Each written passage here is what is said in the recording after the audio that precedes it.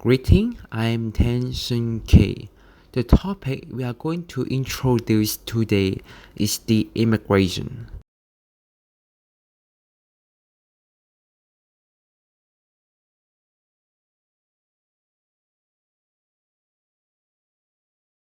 Here we come to the first question.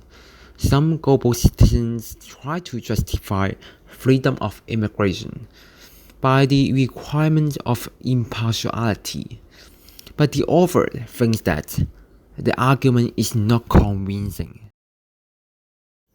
So, what is the freedom of immigration?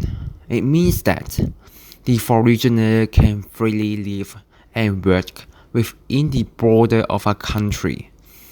However, most countries have their law to restrict the immigration. As to the requirement of impartiality, it's about to give equal consideration to each one's rights, interests, and well-being independently of nationality, religion, ethnicity, or any other distinction within the universal category of humanity. We apply the concept of impartiality to immigration. It means that the state should distribute the right of immigration to all humans non-selectively, but not to partial humans only. However, the author does not agree such application of impartiality to issue of immigration. His viewpoint is that, firstly, the requirement of impartiality is too demanding, which is not feasible to the realistic situation. That means the price is too high to be a global citizen. Secondly, the idea of impartiality is misinterpreted. He thinks that the differential treatment is not a must to be justified as partial. This means that allowing partial humans to immigrate is not necessary to be partial. Also, impartiality should be justified by the impartial consideration of the interests of all human beings. So the intentions of the immigration law should be considered.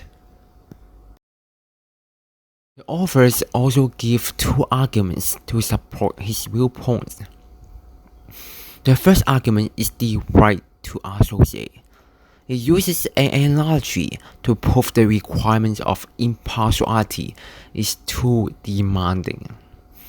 He suggests that humans all has the right and freedom to form the special bonds with others, such as family, friends, people promised to help, and this is the form of partiality. If the commitment to the global responsibility require us to give up this right, the price will be too high to be the global citizen. Based on this idea, the author justified that the full application of requirements of impartiality is too demanding, even in individual level. When the same concept is applied to the state level, it proves the right of the state to give partial treatment to their citizens, that is the restricted immigration. The second argument is the right to belong to the society. The author suggests that the state is formed by a group of people who are born together by a common history and a common understanding. Together, they contribute to creating wealth, economic relations, and peaceful coexistence. As they fulfill their obligation as a citizen, they are endowed the right to belong to the state by existing member of community. Therefore, it is entrusted to deliver the right to the global citizen when they previously have given no effort. An example is that Kingdom of Jordan released the new policy of immigration. those who has sufficient contribution to the economy can have the freedom to immigrate to their country. Based on this example, it shows the same concept that the right of the immigration require an individual to fulfill the obligation to exchange. For instance, investment from the foreigners, tax from the local. It's not convincing if all other humans can gain the right of freedom of immigration without paying any prices.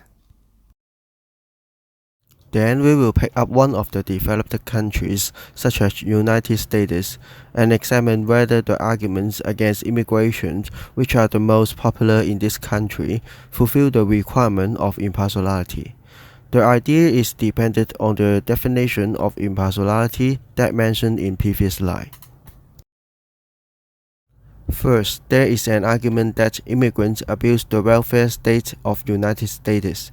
In fact, immigrants in USA make large contributions to Medicare and Social Security, and large portions of the welfare state.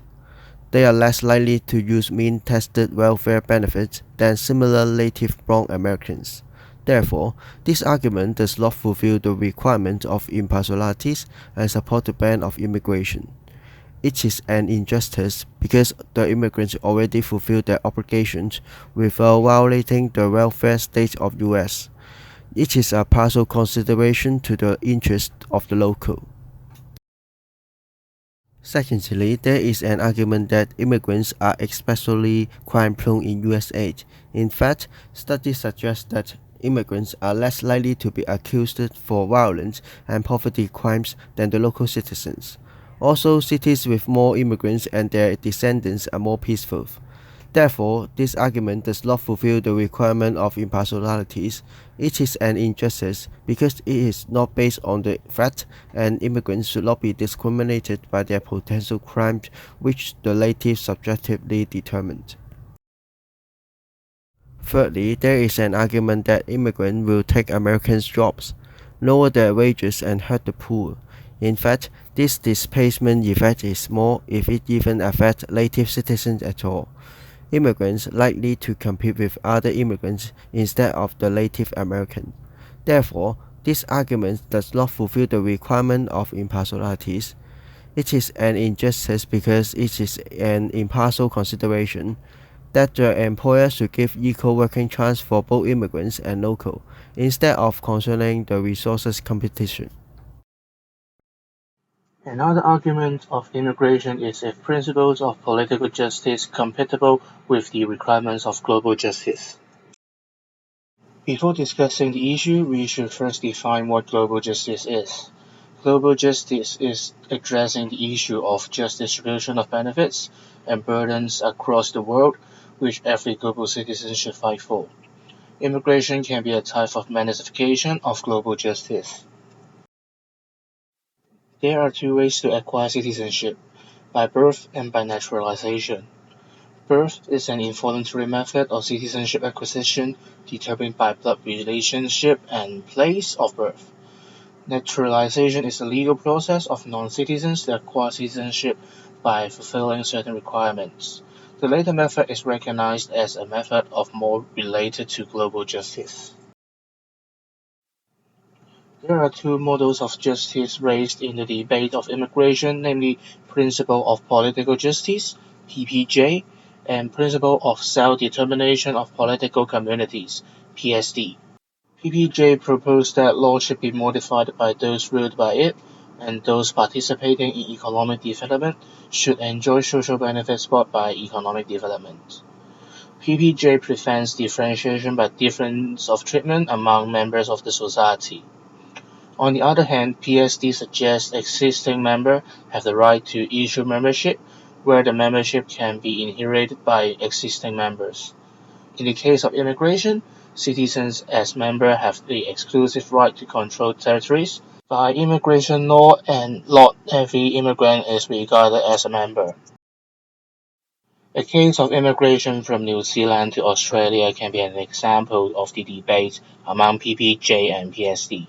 Australia is adopting PSD where immigrants from New Zealand will be issued with a special category visa, where the visa presents no pathway to full Australian citizenship, and immigrants are denied access to the Australian social welfare system.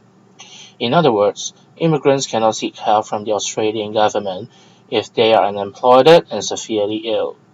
In this case, we can see immigrants from New Zealand are treated as second-class citizens with differentiated treatment and no way to gain full citizenship, where it is an evidence that PSD may induce exploitation and injustice, while PPJ will provide a more fair circumstance in contrast, as locals and immigrants can enjoy the same citizenship. Another case is recruitment of foreign workers in global supply chains. Like United States enterprises can recruit Brazilian workers in the global supply chain of coffee, which is a kind of special relation. US enterprises suppresses wages of Brazilian workers as a means of cost control. Foreign workers are not protected by social benefits of the states, even if they participate in economic development of the states. Such a situation suggested to be disapproved under the principle of PPJ, where PPJ suggests fair treatment of locals and foreigners who participated in economic development, even if the foreign worker is not immigrated to the States. To summarize the debate between PPJ and PSD, PSD induces exploitation and injustice in most of the cases, while PPJ involves less partial human consideration in distribution of citizenship and fair allocation of welfare according to the contribution to development of the states. In terms of promotion of global justice, PPJ is absolutely more acceptable and compatible than PSD after comparison.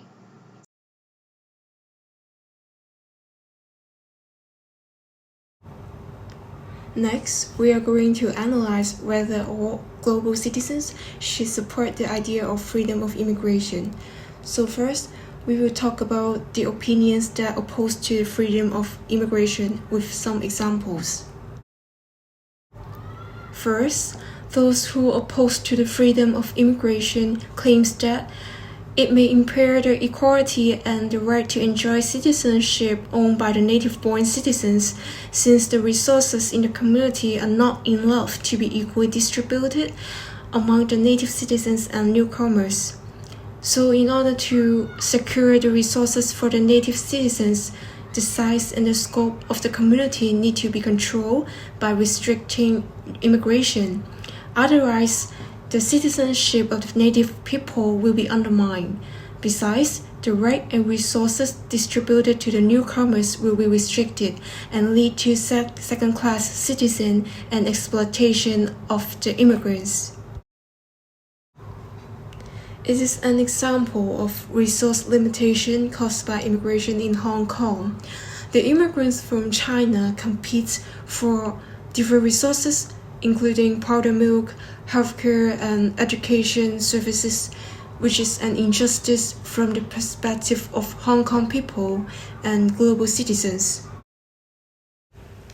Besides, based on the principle of PSD, the existing members have the right to deny the membership of their immigrants and decide who they want to associate with. For example, those working in Hong Kong, such as the foreign domestic helpers, are obliged to return to their home country at the end of the contract, and the purpose for admission is not for settling down in Hong Kong. So the citizenship is not necessarily to be granted to them, since this right of voting may influence the country's policy, and actually they have their own labor union to protect the basic right to work in Hong Kong.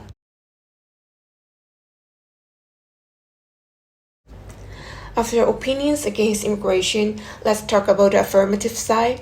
It is suggested that legal protection will be ensured after freedom of immigration, since the rights of immigrants can be further protected by the law and employment ordinances which avoid exploitation to immigrants.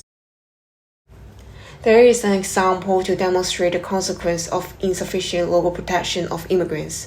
In the past, some companies in Hong Kong hire illegal immigrants from mainland to work at construction sites. They delay paying the salary and to call the police for repatriation.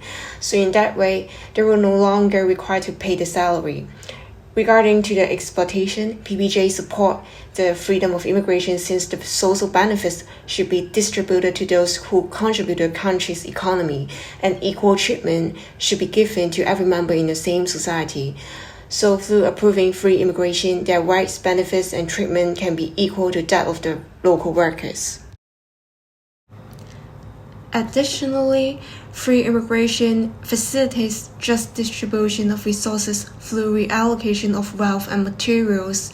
It is compatible with the concept of global justice, which promotes just distribution of benefits and burdens across the world. For example, Portugal experienced a prolonged recession before 2017. Then the government launched a investment immigration scheme to attract the immigrants to invest into their housing market, which successfully relieved the impact of financial crisis. In this example, immigration facilitates resource redistribution from wealthy foreigners to countries with economic crisis that aligns with the concept of global justice. Actually, there are some arguments against immigration belief that free immigration will definitely impair the interests of the local citizens. So many countries restrict immigration in order to reserve the resources for the locals, such as social welfare and job opportunity. And actually, from the affirmative side, free immigration is not necessarily equal to deprivation of the interests of the local citizens. For example, in the US, less educated immigrants take mainly the labor-intensive job, while low-skilled local workers take advantage of their superior communication abilities and shift into the jobs that require better communication skills. Therefore, it does not necessarily result in conflicts of interest under the freedom of immigration, and conversely, it allows equal working opportunity to both the local citizens and foreigners in the case. After the discussion, we can conclude that all global citizens should support the freedom of immigration, since the supporting arguments based on PPJ that involve high level of impartial human consideration in distributing citizenship, which align with global justice. At the same time, all global citizens should strive for removing the economic and political factors leading to immigrations, and bring their countries to adopt the most liberal immigration policy to ensure justice between immigrants and native citizens.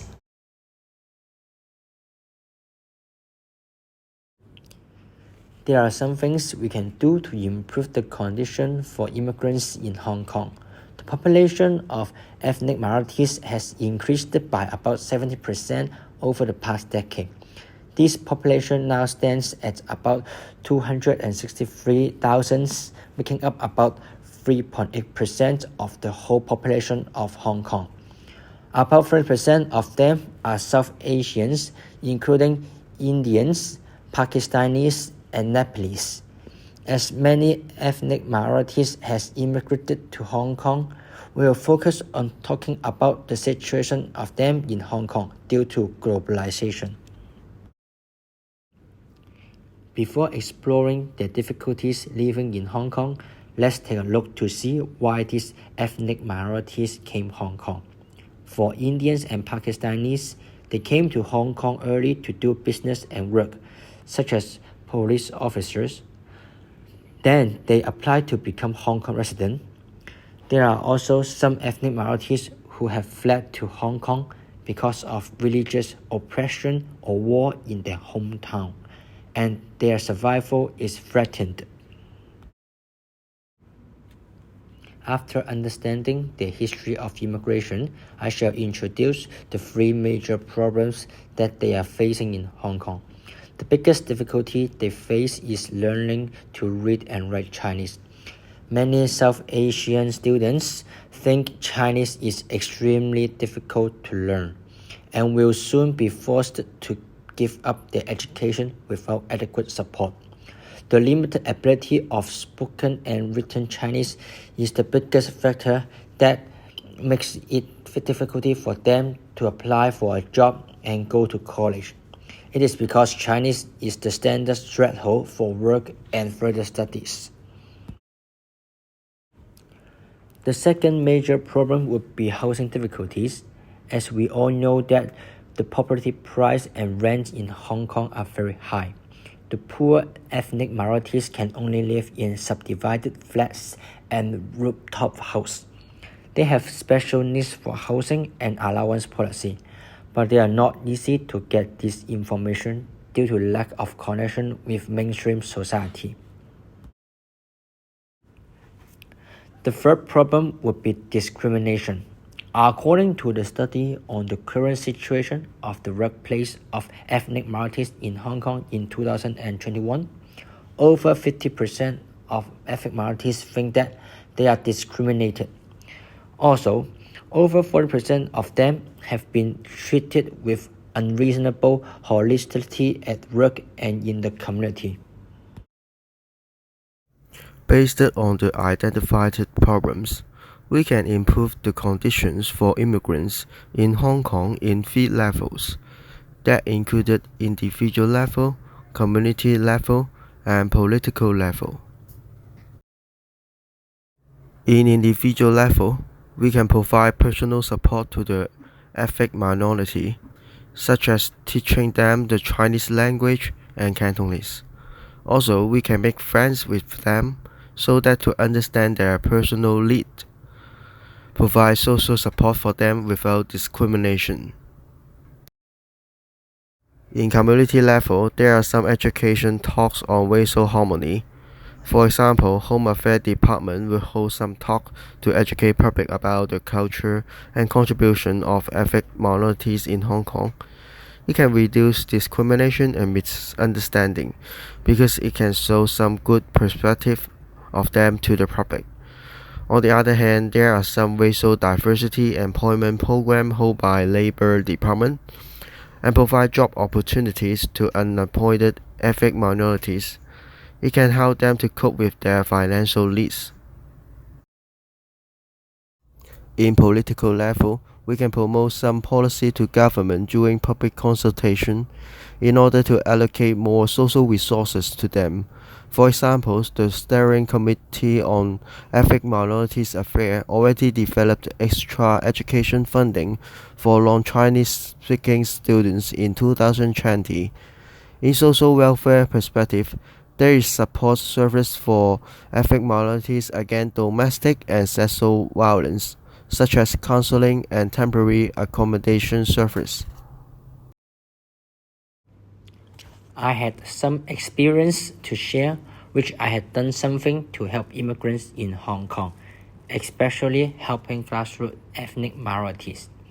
I was one of the volunteers in an activity which we had to distribute dining vouchers for grassroots immigrants who live in subdivided flats and rooftop houses.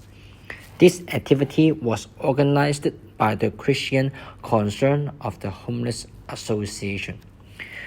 It provides individual economic support to the immigrants. The activity is at community level to improve conditions for immigrants, which we have provide charity support to distribute dining vouchers to them. Then we will discuss about why global citizens have the duty to contribute to such improvement. First, as a global citizens, we should have the identity of global citizens. This identity is based on the sense to global issue beyond one nation. Also, global citizens are responsible to improve the world, just like one of the Michael Jackson songs, Heal the World, to make the world become a better place. Moreover, global citizens consider on social justice, cultural and ethnic diversity. They will disagree with racial discrimination and show empathy to the ethnic minorities. Besides, there is relationship between global citizens' duty and global ethics. Global ethics is applicable to all human beings. It emphasizes the obligation and responsibilities that can link all human beings together. Also, human rights is the central concern of global ethics that is essential in cross-border cooperations. In addition, global ethics is the comprehensive set of norms to guide interaction and relations involve persons across societies.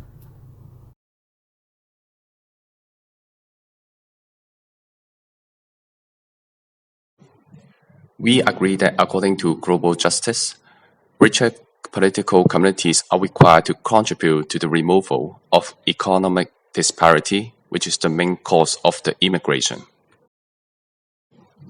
First, Goran Koster, a professor in applied ethics, states that as globalization connects people, it also arises associated responsibility between them. Under economic globalization, countries are connected by international trade, global financial markets, and multinational companies. In this sense, different countries have established relationships with each other, and therefore economic disparity involves every country, which makes trade with each other under economic globalization. But which countries are especially responsible for the problem of the economic disparity? According to the definition, global justice is about the issue of just distribution of benefits and burdens across the world. So when a country gains the most benefit from the world economy, that country should have more responsibility on resolving the burden in other countries. In the perspective of economic profit, richer countries should distribute the benefit with their trading partner fairly. This figure shows that the top 10% of the world political parties earn 52% of the world total income and possess 76% wealth in the world. A report of the World Trade Organization shows the world economy achieved around $855 billion in 2019. However, at the top of the list are dominant by the developed countries like the United States and China that share 10% of the total profit separately, and Germany also shares 7.7% of the total profit. It shows that the top three countries already occupy a quarter of the world's total profit. Then we can see that developed countries are the most dominant and beneficiaries in the world economy. And let's see the wages of the multinational companies in developing countries. In 2013, an Indonesian working in a Nike shoe factory located in Indonesia only earns around $3.5 per day. In contrast, an American worker who works for Nike in USA will earn around $58 daily. We can see that the workers in the developing countries are treated unequally and only share a small portion of the surplus. Besides the justice in distribution of benefit and burden, global justice also looks at the viability of the institution required to secure such a just distribution. If political communities own more capability, then they play a more important role in the world economy institution, and therefore they own more responsibility to resolving economic disparity across the world. The World Bank has 189 member countries, but the voting power is weighted according to subscription, so that the United States owns 60% of the voting power, followed by Japan, China, Germany, and United Kingdom. The decision-making power is centralized to the developed and richer countries, so that the poor countries are placed in a passive position. In view of the dominant influence and decision-making power in the world economy policy, the rich countries have beyond doubt the largest responsibility on resolving economic disparity.